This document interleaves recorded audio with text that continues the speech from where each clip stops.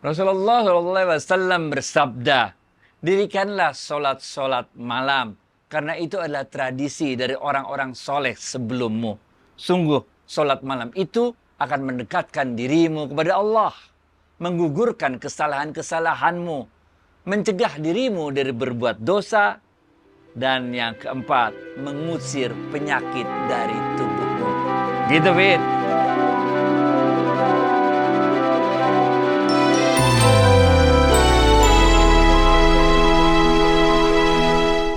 Assalamualaikum warahmatullahi wabarakatuh, sahabat Smart Skill School. Semoga kita semua selalu dalam lindungan Allah Subhanahu wa Ta'ala. Amin. Sahabat, jangan lupa untuk berbagi komentar dan pertanyaan. Kami sangat senang bisa berinteraksi dan kita sama-sama belajar, tumbuh dan berkembang bersama Smart Skill School. Yuk kita sapa Ustadz kita, Ustadz Adi Warman Azwar Karim. Ustadz, Assalamualaikum, apa kabar?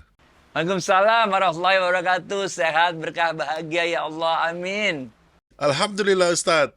Nah, jadi ada sahabat ini Ustadz bertanya-tanya mengenai menjalankan sholat sunnah tahajud.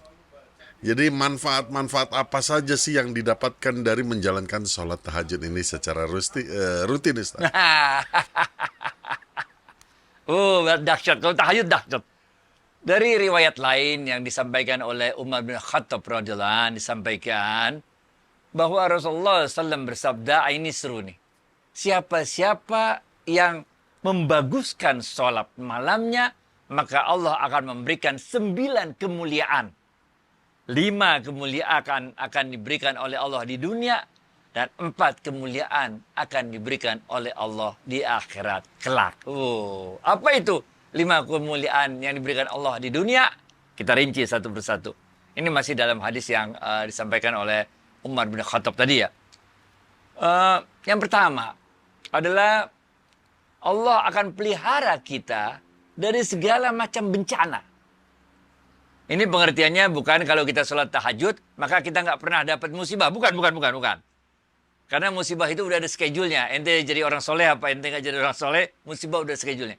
Pengertian yang pertama ini, yaitu Allah akan memelihara kita dari segala macam bencana. Artinya, ketika ditimpa musibah, kita diberikan kesabaran oleh Allah, kita diberikan jalan keluar dari musibah tersebut, dan kita dibahagiakan hatinya oleh Allah, walaupun kita ditimpa oleh musibah. Ini yang pertama. Oke. Kemuliaan yang kedua, yang kita terima di dunia adalah tanda ketaatan kita itu terlihat dalam wajah kita. Oke, ini pengertiannya bukan jidat kita hitam, bukan. Tapi munawwar tuh, wajah kita itu bercahaya gitu. Wajah itu cerah wajahnya. Ini kemuliaan yang kedua. Oke. Kemudian kemuliaan yang ketiga adalah kita akan dicintai oleh Allah dan akan dicintai oleh manusia. Nih kemuliaan yang ketiga. Orang itu senang aja, cintai sama kita karena kita bawaannya asik gitu, bener gak? Wajah kita tuh bercahaya, terang tuh. Yang keempat adalah Allah akan menjadikan dirinya menjadi orang yang bijaksana. Oke. Kata-kata yang keluar dari mulutnya tuh kata-kata yang bermakna. Oke. Yang kelima adalah Allah akan memberikan pemahaman agama yang mendalam kepada dirinya. Ini adalah 5 kemuliaan yang diberikan oleh Allah di dunia. Lebih dari itu, Allah juga akan memberikan 4 kemuliaan di akhirat kelak. Oke.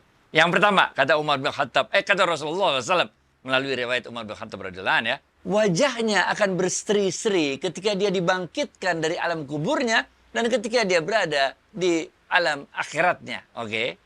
Yang kedua, kata Rasulullah SAW, dia akan mendapatkan keringanan dalam hisabnya. Ketika diperhitungkan, itu dia akan mendapat keringanan-keringanan dari Allah.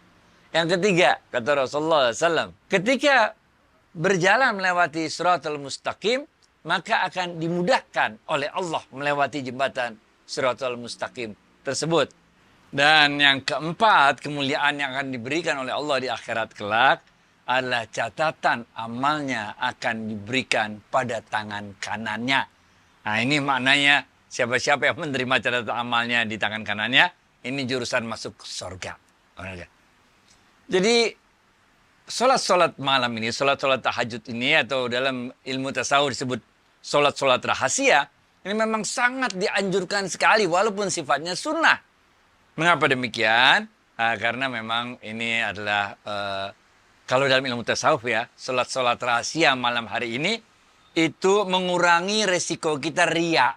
Sedangkan sholat-sholat yang di rame-rame orang lain lihat, ini kemungkinan kita tergoda untuk riya besar. Sedangkan kalau sholat-sholat malam kan nggak ada orang yang lihat. Ada sebuah kisah waktu itu dikisahkan. Ini kisah tentang Abu Yazid Al-Bustami. Waktu itu masih kecil. Beliau mempunyai seorang ayah. Ayahnya namanya Isa. Benar gak? Waktu itu Abu Yazid Al-Bustami lagi baca Quran. Surat Al-Muzammil. Nah, benar gak? Beliau melihat bahwa ayahnya ini jarang sholat tahajud. Jarang sholat malam. Dan ketika Abu Yazid Al-Bustami ini baca Quran dalam surat Muzammil, yang ada perintah untuk mendirikan sholat-sholat malam itu, maka Abu Yazid bertanya pada ayahnya, "Wahai ayahku, siapakah yang diperintahkan untuk melakukan sholat-sholat malam?" Maka ayahnya mengatakan, "Nabi Muhammad SAW anakku yang diperintahkan untuk melakukan sholat-sholat malam tersebut." Benar gak? Kemudian anaknya Abu Yazid Al-Bustami bertanya lagi, "Lah, mengapa ayah tidak melakukannya? Bukankah kalau ayah mencintai Rasulullah SAW, maka ayah juga mengikuti apa yang dicontohkan oleh Rasulullah SAW?" Kata Abu Yazid Al-Bustami. Ayahnya kemudian menjawab, "Wahai anakku, itu adalah perintah dari Allah untuk Rasulullah SAW untuk memuliakan Rasulullah SAW, salat malam tersebut." Maka Abu Yazid Al-Bustami baca lagi, nurusin lagi surat Al-Muzammil tersebut. Sampai Abu Yazid Al-Bustami ini pada ayat Al-Muzammil ayat 4 ayat 20. Oke, ayat 20. Di dalam ayat 20 itu di potongan kalimat terakhirnya itu Al-Qur'annya berbunyi, Allah berfirmannya itu, "Demikian pula dengan segolongan dari golonganmu." Begitu lah. Demikian pula dengan sebagian dari golonganmu. Dalam surat Al-Muzammil ayat 20 itu. Kemudian Abu Yazid Al-Bustami bertanya lagi pada ayahnya, "Siapakah yang dimaksud dengan mereka itu, sebagian dari golonganmu itu?" Maka ayahnya menjawab lagi, mereka adalah para sahabat-sahabatnya Rasulullah Shallallahu Alaihi Wasallam. Kemudian Abu Yazid Al-Bustami bertanya lagi, "Wahai ayah, mengapa ayah tidak melakukan sholat malam tersebut sebagaimana yang dilakukan oleh para sahabat-sahabatnya Rasulullah SAW?" Ini anaknya emang cerdas banget juga. Maka ayahnya menjawab pertanyaan anaknya itu, mereka adalah para sahabat-sahabat Rasulullah SAW ini adalah orang-orang yang diberikan kekuatan oleh Allah untuk mampu mendirikan sholat-sholat malam. Emang susah mendirikan sholat malam. Tapi ini ayahnya mengatakan mereka adalah orang-orang istimewa, para sahabat-sahabat Rasulullah SAW itu. Orang-orang istimewa yang diberikan oleh Allah untuk mendirikan sholat-sholat malam tersebut. Mendengar jawaban ayahnya tersebut, maka Abu Yazid Al-Bustami mengatakan, "Wahai ayahku, sungguh tidak terdapat kebaikan pada orang-orang yang tidak mengikuti Rasulullah SAW dan para sahabat-sahabatnya." Mendengar jawaban anaknya itu, ayahnya terketuk hatinya, sehingga ayahnya mulai melakukan sholat-sholat malam. Oke? Belum selesai nih, belum selesai, benar gak? Ketika ayahnya sudah mulai melakukan sholat-sholat malam tersebut, kemudian Abu Yazid Al-Bustami suatu malam bangun dan mengatakan pada ayahnya, "Ayah, ajari aku bagaimana tata cara sholat malam, karena aku ingin ikut bersamamu melaksanakan sholat malam." Oke, ini Abu Yazid Al-Bustami masih kecil nih, udah mau ikutan sholat malam, benar gak? Maka ayahnya mengatakan, "Wahai anakku, engkau masih kecil, udah nggak usah ikutin ayah melakukan sholat malam sebagaimana yang contohkan oleh Rasulullah SAW dan para sahabatnya," kata ayahnya.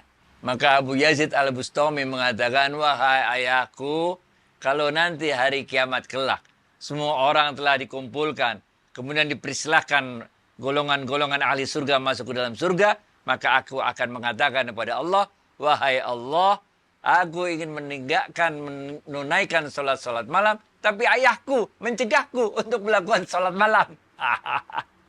Sehingga akhirnya ayahnya mengajak Abu Yazid Al-Bustami untuk bersama-sama melakukan sholat malam, diajarin caranya dan sebagainya. Jadi ini luar biasa, Abu Yazid Al-Bustami ini luar biasa sekali. Nah, karena Abu Yazid Al-Bustami telah terbiasa melakukan sholat-sholat malam ini sejak kecil, benar gak? Maka beliau itu benar-benar bisa menikmati sholat-sholat malam. Bukan kayak kita yang kepaksa bangun, pokoknya asal sholat malam dah, benar gak? Enggak. Ini Abu Yazid Al-Bustami udah sampai pada tahapan bisa merasakan nikmatnya sholat malam. Oke? Karena beliau merasakan kedekatan dengan Allah dan bisa berdialog dengan Allah. Maka dalam salah satu sholat malamnya, Abu Yazid Al-Bustami kemudian berdoa kepada Allah. Apa doanya? Ini menarik. Wahai Allah, betapa nikmatnya sholat malam ini. Sungguh, orang-orang yang tertidur, yang terlelap dalam tidurnya, mereka akan menyesal. Karena mereka tidak menjalankan sholat malam. Kata Abu Yazid Al-Bustami dalam doanya kepada Allah. Kemudian Allah menjawab, wahai Abu Yazid, orang-orang yang tertidur sama mendapat pahala seperti dirimu. Engkau mendapat pahala karena menunaikan sholat malam. Orang-orang yang tertidur juga mendapat pahala karena tidurnya. Abu Yazid Al-Bustami jadi bingung. Lah bagaimana caranya kok bisa sama orang yang mendirikan sholat malam dengan orang yang tertidur? Benar ya? Maka Allah kemudian menjawab, engkau mendapatkan pahala karena engkau menunaikan sholat malam ini. Engkau beribadah padaku karena rasa takutmu pada diriku, karena rasa cintamu pada diriku, sehingga engkau aku berikan balasan pahala. Dan orang-orang yang tertidur itu juga mendapatkan balasan yang pahala karena mereka merasa aman. Mereka yakin betul, mengimani betul bahwa aku adalah zat yang maha baik, yang maha pengampun, maha penyayang. Sehingga mereka pun tertidur karena merasa aman dari siksaan yang aku berikan. Ini penting. Dalam ilmu tasawuf penting. Kita memang harus menjadi orang baik. Tapi kita tidak boleh meremehkan orang lain yang tidak mengerjakan amalan-amalan baik yang kita lakukan. Masing-masing orang ada caranya. Masing-masing orang ada jalannya sendiri-sendiri untuk merasakan kasih sayang cintanya Allah kepada kita. Bahwa kita melakukan sholat tahajud malam-malam, bagus, keren. Tapi kita nggak boleh dengan kita melakukan sholat tahajud tersebut, kita merasa bahwa kita lebih mulia daripada orang-orang yang tidak melakukannya. Baik itu ya, Fit. Nah, buat sahabat-sahabat yang sebenarnya sudah mengetahui keutamaannya sholat tahajud ini, betapa hebatnya, aja bablas tidurnya, Ustadz. Itu kenapa, Ustadz? Iya. Iya. Sebagian besar kita gitu. Ini kayaknya udah kesepakatan para ulama nih, mulai dari Al-Hasan bin Ali bin Abi Thalib radhiyallahu an. Kemudian Ibrahim bin Adam, sufi besar. Fudail bin Iyad. Kemudian Imam Ghazali, Sufyan Ats-Tsauri. Satu lagi yang lupa, sahabat Rasulullah SAW. Abdullah ibnu Mas'ud. Ini semuanya kayaknya sepakat bahwa yang membuat kita sulit untuk bangun malam, untuk sholat malam itu ada dua hal. Yang pertama adalah maksiat-maksiat yang kita lakukan. Inilah yang menjadi penghalang bagi kita. Inilah yang membuat kita sulit untuk melakukan sholat malam. Dan yang kedua adalah kecintaan kita pada dunia. Inilah yang membuat kita sulit untuk melakukan sholat malam. Maka jagalah diri kita untuk tidak melakukan maksiat dan untuk tidak mencintai dunia secara berlebih-lebihan. Maka insya Allah kita akan dimudahkan oleh Allah, diberikan kekuatan dan kesabaran untuk bangun malam melakukan sholat rahasia tersebut. Baik itu, Fit. Ya, sholat rahasia, mantap. Baik Ustadz, terima kasih atas waktu dan tausiahnya. Assalamualaikum warahmatullahi wabarakatuh. Waalaikumsalam warahmatullahi wabarakatuh.